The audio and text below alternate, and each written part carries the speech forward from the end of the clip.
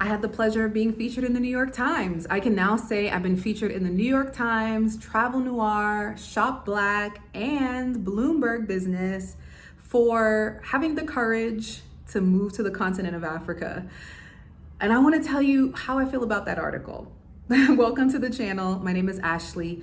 On my channel, Ashley in Africa, I talk about my experience of living, moving, and doing business here on the continent. I'm a mother of two amazing, brilliant, beautiful Black girls, and I live in Johannesburg, South Africa. I'm also the creator and founder of the Africa Investors Academy, a community of global entrepreneurs that are doing business all over the world with the intention of building a better Africa for our future and future generations. We have launched our virtual summit taking place the 15th of March through the 17th of March, and we are gathering some experts and advisors, people that have done it, that have migrated, that are going to share actionable steps and tools with you so that if you desire to move to the continent of Africa, you can do that with ease, you can do that with insight, and you can do that with resources that are going to help you to be successful in your transition. So if this content is what you're into, it resonates with you,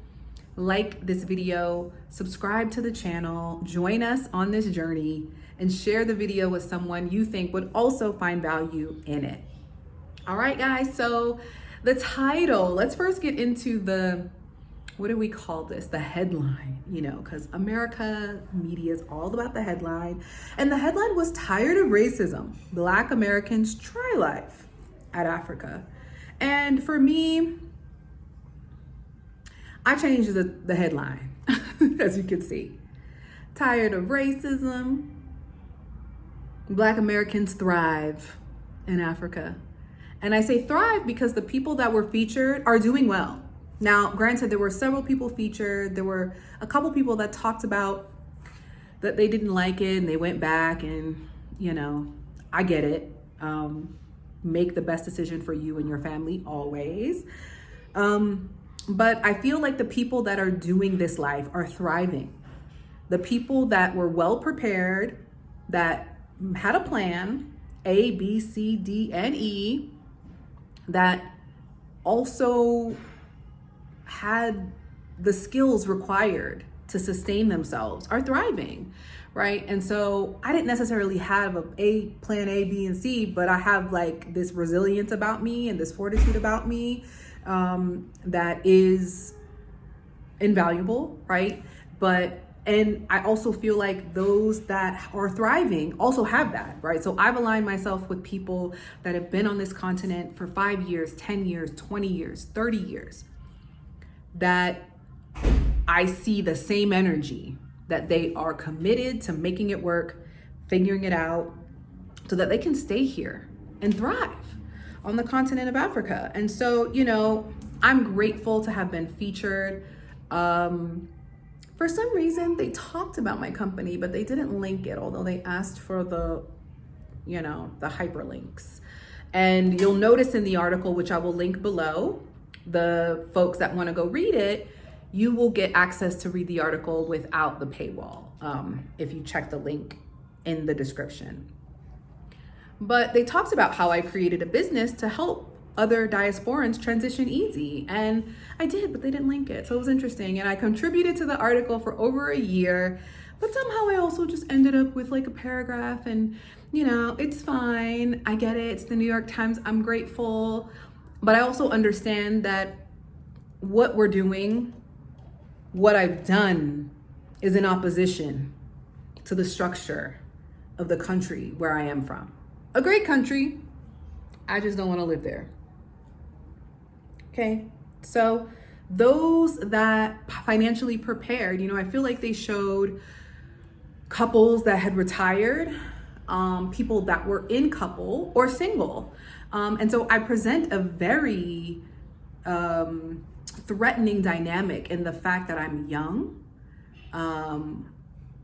If I say so myself, I'm quite brilliant.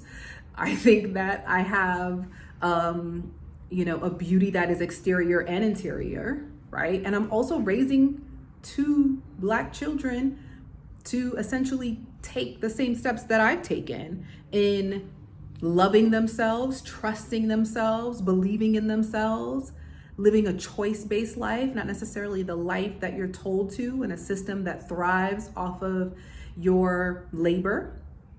So that as a representation of the article felt like we ain't gonna show this. We're not gonna show this lady. And that's okay, right? That's okay, because that's the media and that's how they work.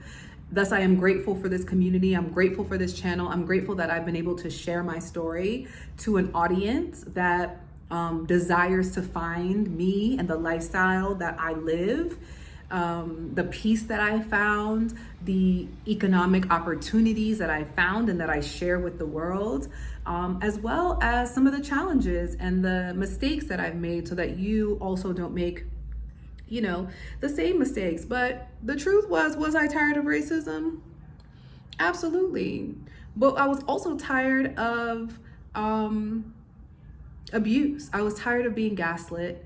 I was also tired of seeing Black families destroyed. I was tired of seeing us Black people deleting each other. I was tired of being in a consumer-driven society. There were so many things I was tired of, but beyond racism. Thus, it wasn't just racism that fueled my decision to migrate to the continent of Africa. And I felt like that wasn't necessarily discussed or highlighted in the article because it's misleading, and that's just what media is. So I'm not upset, I'm not angry, I'm just critical through the lens of wanting people to know that there are options. There is another way outside of the way that we've been taught. And if you look like me, you will still make a decision that is the best decision that you could have ever made in your life for yourself and your family. So let me know what you think about the article in the comments below. Let me know what you think, right? Overall, I love that they shared the story and they featured the people that they featured, because that representation is required, it's necessary. And I also love that they shared the fact that it's not for everybody, because it's not. But if you have an interest in moving to the continent of Africa, doing business on the continent of Africa, investing in the continent of Africa, you want to join us March 15th through the 17th for the Africa Investors Academy Virtual Summit.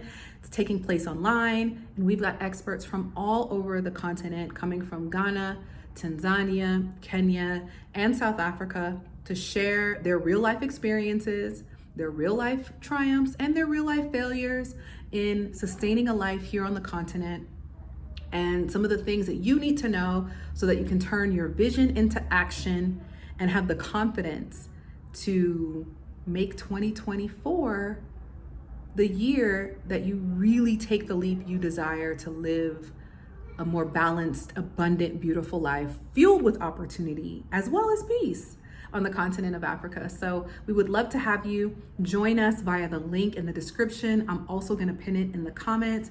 We can't wait to have you. See you in the private Q&A. Until the next video, I'll see you soon.